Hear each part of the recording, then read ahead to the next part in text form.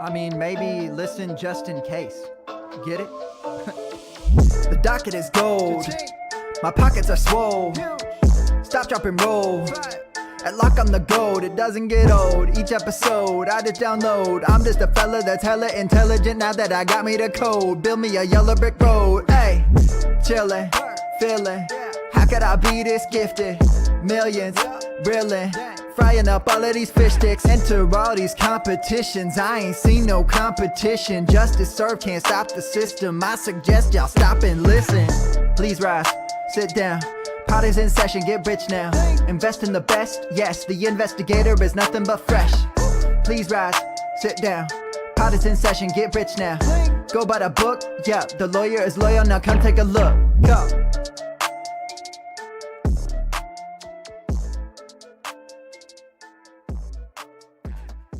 Let's go. Welcome to the DFS Docket on Sports Radio, Detroit.com, SidelineSquib.com. Abe, the DFS detective, on June 7th, 2021, with my man Josh Faber on a super special Monday afternoon episode because we have one of the greats in the industry. Josh, I don't even want to talk to you because I don't give a damn about you no more. What, you're not even going to know? I dressed up for Kyle and everything. Come on. You're a liar, and I have nothing good to say about you. And I was in court, but also I dressed up for him. Yes, much. I'm sure he greatly appreciates you actually putting clothes on. Kyle, I know you don't know this, but Josh usually comes to these things damn bare nude. On today's special episode, we have one of the pioneers in the industry. He is a writer, podcast host, everything you need at Fantasy Pros. He is the host of the Fantasy Pros Dynasty Podcast. Ladies and gentlemen, the one, the only, Kyle Yates. Thank you, guys. Oh, we got some laughs. The fans are all outside waiting for you. Oh man, they're all hiding in the shadows. I didn't expect those. No, thank you guys so much for having me on, and thank you so much for wearing clothes. I greatly appreciate that. It's 50-50. Some people thank me for not. Some people thank me for doing it. It's funny. We talked about last week how it was like June 1st. And I had the heat on in my house. And then yesterday I'm outside playing softball and it's like damn near 95 degrees.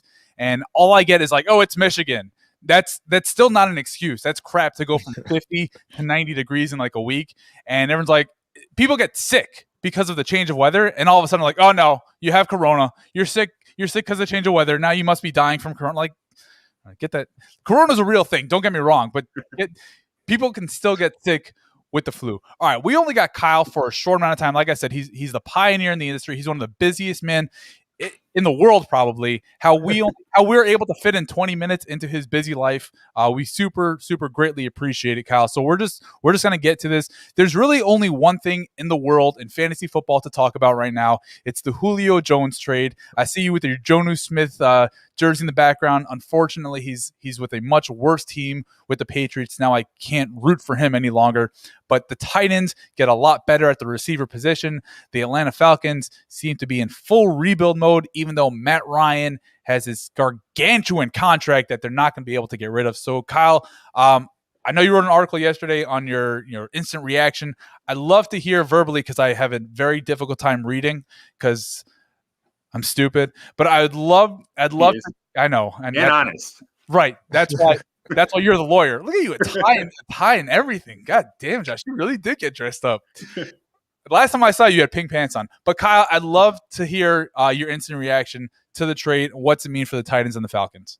Yeah, well, if we can start with the Titans, I mean, obviously this is good news for Ryan Tannehill because Tannehill brings that rushing ability and that rushing touchdown upside, which is so valuable for fantasy football. But it was hard to see how, with the supporting cast that he had around him, how he was going to finish and return value, right? As that like QB 15 to QB 18 range. Well, now he's got AJ Brown and Julio Jones, and then he's got, Anthony Ferguson at the tight end position. He's got Derrick Henry out of the backfield. Like all of this now signals that Ryan Tannehill is going to be a value in fantasy football this year. I'm really, really excited for him. It knocks down AJ Brown a little bit in my overall rankings because doing projections before the Julio trade, it was hard to see how he wasn't going to get 145 targets this season. It was just damn near impossible to see how that wasn't going to happen. Now with Julio in town, it knocks him down just a little bit, but he's still with a top 10 receiver for me. Julio Jones drops down just a little bit. I had him at like wide receiver 12 in Atlanta. He drops down to wide receiver 15 for me, just with the overall offensive structure, with him dropping down there and overall pass attempts. So, but I still think that he's going to be very, very valuable for fantasy football. AJ Brown is still going to be great. So that's the Titans side of it. With Atlanta, Calvin Ridley did not change a ton in my projections because I was already projecting him to be the starting wide receiver 1 in this offense. So he's still a top 5 receiver for me. The big beneficiary here, though, is Kyle Pitts, because now it is impossible to keep Kyle Pitts out of my top 5 tight ends on the season, just based on the overall offensive structure, the vacated targets, the overall opportunity in front of him. I don't know how we can say that Kyle Pitts can't return that value, because he's going to get targets funneled his way. Otherwise, Matt Ryan, man, I am all out on Matt Ryan this year. We've seen what the track record looks like without Julio in the lineup. Now to have Julio completely out of town and have only Calvin Ridley and Kyle Pitts as the main targets there, it's just not great. So Matt Ryan here on a team that I do not expect great things from in 2021, I'm all out on Matt Ryan. You know what I really find interesting is the comparisons between AJ Brown and Calvin Ridley, because going into this year before the trade, everybody was super high on AJ Brown. They were super high on Calvin Ridley also. And I guess we're really, nitpicking here at this point, but it was Julio might steal some targets from Calvin, but it really wasn't discussed. Calvin's still super high on people's boards. Now that Julio's with AJ Brown and the Tennessee Titans, everyone's like, oh, AJ Brown, I got to lower AJ Brown because now Julio's going to steal all these targets from, like, it's still a run first offense in Tennessee. Ryan Tannehill still going, and look, AJ Brown's not this target hog. He never has been. AJ Brown wasn't a guy getting 15 targets a game. Like, they run the ball a ton. AJ Brown's your guy that is going to catch 4 balls for potentially 140 yards and 2 touchdowns. Like, that's kind of what you're hoping from him. He's got that monster, huge upside, big playability. And to me, you're right. Calvin Ridley is still top 5, top 7 level. And now more than ever, they're going to he's going to be a target machine. What everybody thought AJ Brown does, he might get 200 targets and all those ridiculous numbers. That's all going Calvin Ridley's way. Because yes, I think Kyle Pitts was drafted with or without Julio in mind. Like, that guy's just a freak talent. And now you get rid of Julio and don't really replace him anywhere else. So unless you're thinking Russell Gage is going to all of a sudden take away, 50% of what Julio Jones got, I mean, Calvin Ridley might finish this year as a wide receiver 1. And it's the same situation like you have in Dallas, where you have guys like CeeDee Lamb and Amari Cooper who can be superstars because they have to throw the ball so much. The defense is terrible. Mm-hmm. What's the difference in Atlanta? That defense is just absolutely atrocious. One of the worst in the NFL maybe even ever, honestly. And they just got to throw the ball, and they don't have to worry about weather because they play in a nice dome in Atlanta. Yeah, I mean, you look at the defense plays a huge role. There is a direct correlation between the overall strength of a defense and the amount of pass attempts that the offense has. So even though you do have Arthur Smith coming over from Tennessee last year as the offensive coordinator, he's now the head coach in Atlanta. So everyone wants to try to just kind of copy and paste the rush attempts and how run heavy this team was. It can't happen if your defense cannot support it. And also a big thing to keep in mind is that Atlanta does not have a Derrick Henry. They do not have a Derrick Henry to take that type of workload. Mike Davis, for everything that he did last year, he started to wear down as that season went on. So yeah, you're absolutely right. The number of pass attempts here is directly correlated to the defense, and we could see Atlanta just air out the ball a ton this year. Kyle, is it crazy to think that Julio could have almost a career resurgence here in Tennessee? I know a lot of people say, well, look, it's a run-first team with Derrick Henry. And AJ Brown is the 1A there. He's the up and coming. He's a superstar, and almost Julio's coming to compliment him. But the way I see it, because of the offense being a Derrick Henry first offense, that leaves a lot of open zone coverages. They face a lot of cover 1, a lot of cover 3s, a lot of defenses that are geared towards stopping a Derrick Henry. Well, there's probably nobody who's better at picking apart an empty zone or a zone covered by a linebacker as Julio Jones. I mean, could we see wide receiver 1 numbers from Julio? I think you could see wide receiver 1 numbers from both AJ Brown and Julio. Absolutely. I mean, because again, when you look at the overall offense surrounding them, I mean, it's Anthony Ferguson, And then you got Josh Reynolds and these other guys, Des Fitzpatrick, who they drafted in the 4th round. Like, none of these guys are going to take away targets from Julio Jones and AJ Brown. So yeah, I absolutely think that it's in the realm of possibilities. In projections, you want to stay a little bit measured. And so that's why I've got Julio at wide receiver 15 and AJ Brown at wide receiver 8. So you want to stay a little bit measured, but as far as the overall opportunity and the upside there, it's absolutely there with both Julio and AJ Brown. Sure. Well, so let me ask you this on the other side of the ball. I know the instant reaction was Kyle Pitts, tight end 5. How, and this is, I'm not going to lie, this is a personal question to me because I went heavy on the Hayden Hurst in dynasty leagues last year. When Atlanta drafted Kyle Pitts, immediately I was like, well, there goes my Hurst pick. Is Hurst alive now? Is Hurst a viable tight end even with Kyle Pitts there? Are we going to see 12 personnel a lot? What are we going to see? It's a really good question. And the more that I've thought about it and kind of fleshed out what this will look like now that Julio is out of town, I really do think that we're going to see a lot of Hayden Hurst this year, because also the depth chart behind Calvin Ridley, it's Russell Gage, who is a slot receiver, through and through.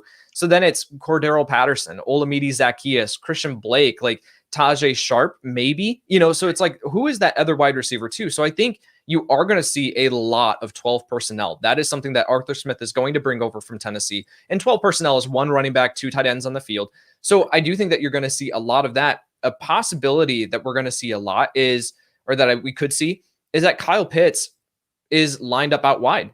That he has that versatility to line up out wide at the X receiver role, just like Darren Waller does a lot in Las Vegas. We could see that. And then we see Hayden Hurst still attached to the line of scrimmage and playing that second tight end role. So I do think that we're going to see Hayden Hurst involved in this offense. Now, does it lead to a ton of reliable and consistent fantasy production? No, I don't think so. I'm not willing to take that bet, but he is not completely buried. I don't want to just completely drop him in dynasty leagues or anything like that. I do think that he is still going to have some value. Is it going to be enough to push him into the top 15? I personally don't think so. But yeah, he's absolutely still alive. I agree completely. I think Kyle Pitts is only listed as a tight end because of his size. Like, if he was like 30 pounds lighter, he's a receiver. That's who we all believe he is. None of us think that Kyle Pitts is going to be this elite run blocking tight end. He's not an inline tight end. Right. Well, it reminds me, with the Saints jersey over your shoulder, the whole arbitration issue with Jimmy Graham, right? It was, well, here's how many routes I ran out wide. Here's how many times I was lined up as the X. Here's how many times I lined up outside of the hash. And they said, all right, well, too bad you're still a tight end if you were going to pay you. But it certainly begs the question. Yeah, honestly, we can have this conversation because both these teams are fun from a fantasy perspective now.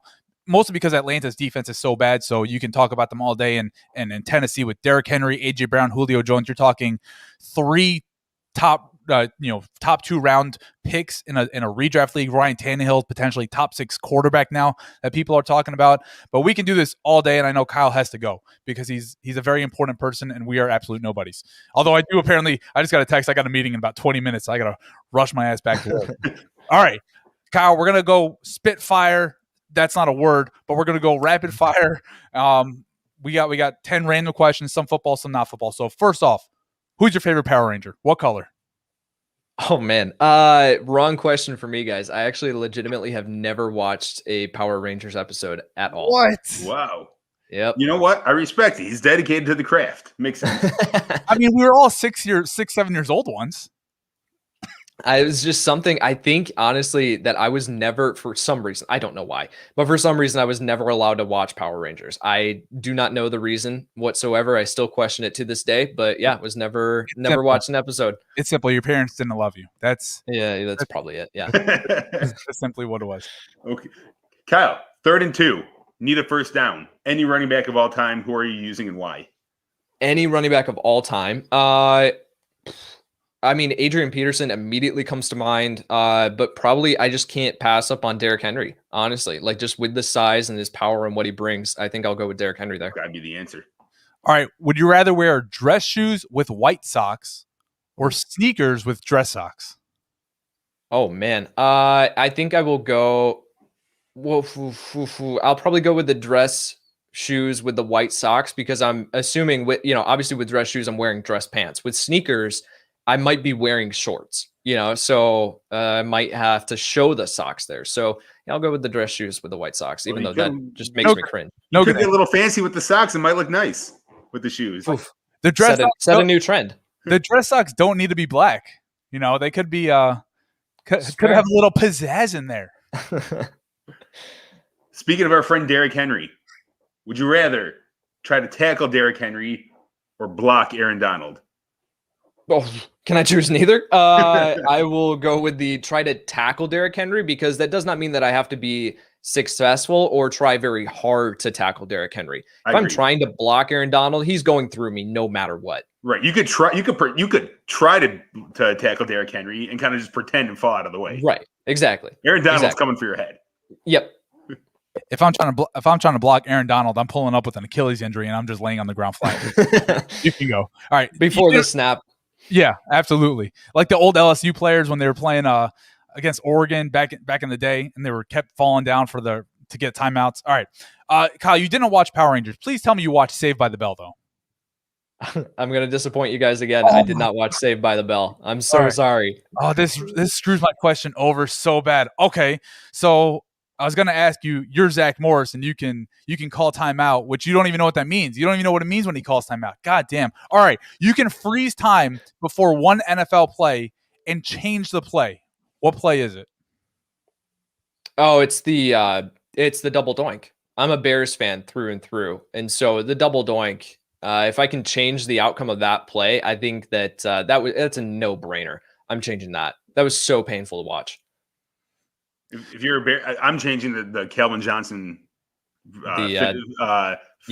Finish the process. Yeah. All right. Worst game ever. Would you rather go skydiving or swimming with sharks? Skydiving. Assuming that I can have like the instructor with me. Even if I have an instructor that's going swimming with sharks with me, there's still no stopping the sharks from doing what they want. There's like cages and stuff. Well, I mean, sure, if I can take that with me, but that wasn't included in the question. So that's like going skydiving with a parachute. Like, of course you can have one. That's fair. Kyle, your worst first round bust in fantasy of all time. Oh man. Worst first round bust. I am having a hard time coming up with someone. You're just so much of a superstar. I never busted picks.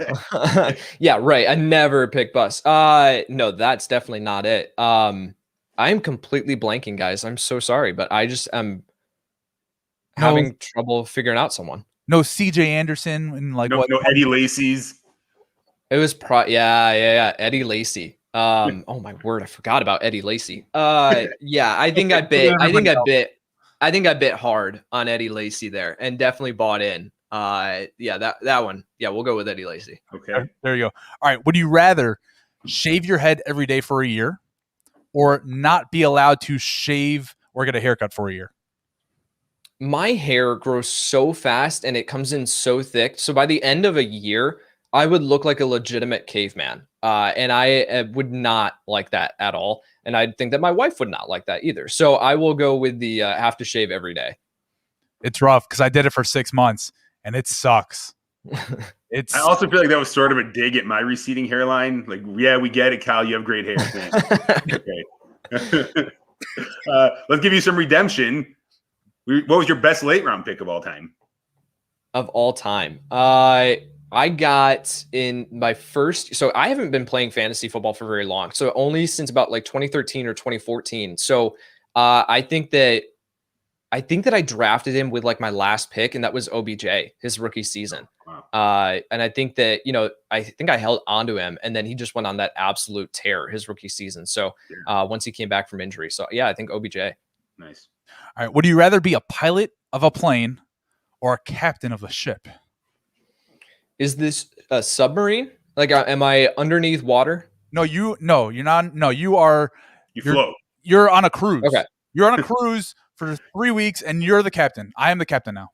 A cruise, I'm not going very fast, right? So I think that I will go with that. Like if something goes wrong and I have to change course, like I can do that relatively a lot easier than a plane, which I'm moving at the speed of light.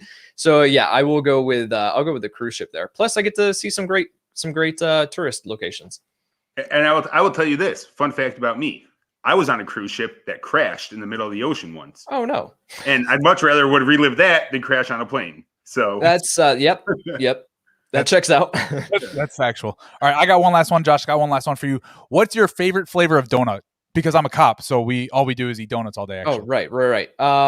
I have a 3-year-old now, and he's obsessed with donuts. So we go to the donut shop like pretty much every Saturday, and I will get one of those like cinnamon roll donuts. That's a staple every single time. Cinnamon roll glazed. No, that's a good call. That's a good call. As a big guy, I can tell you that's a good call.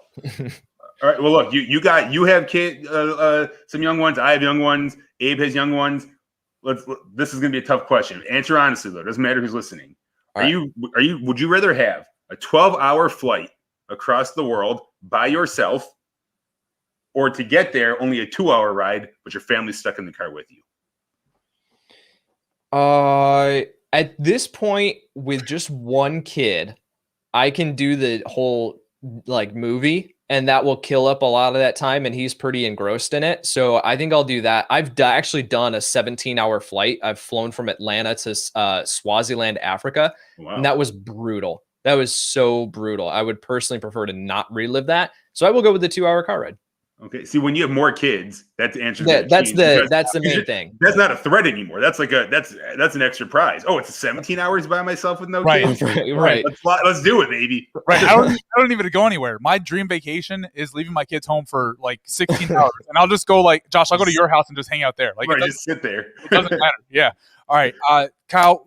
I know you got to go. We really appreciate the time you did take with us today. Everyone, you can follow him at Kyle Yates. You can follow. You know where they can follow him, all right? Yeah. Listen. Let's be realistic about this. Everybody listening to us already follows Kyle. So like and has probably interacted with him at some point. So you can follow us at DFS_Docket. And with that, the courtroom is now closed. I mean, maybe listen just in case. Get it? The docket is gold. My pockets are swole. Stop, drop, and roll. At lock on the gold, it doesn't get old. Each episode, I just download. I'm just a fella that's hella intelligent now that I got me the code. Build me a yellow brick road. Hey, chillin', feelin'. How could I be this gifted? Millions, reelin'. Frying up all of these fish sticks. Enter all these competitions. I ain't seen no competition. Justice served can't stop the system. I suggest y'all stop and listen. Please rise, sit down. Pot is in session, get rich now. Invest in the best, yes. The investigator is nothing but fresh. Please rise, sit down. Pot is in session, get rich now. Go by the book, yeah. The lawyer is loyal, now come take a look. Go.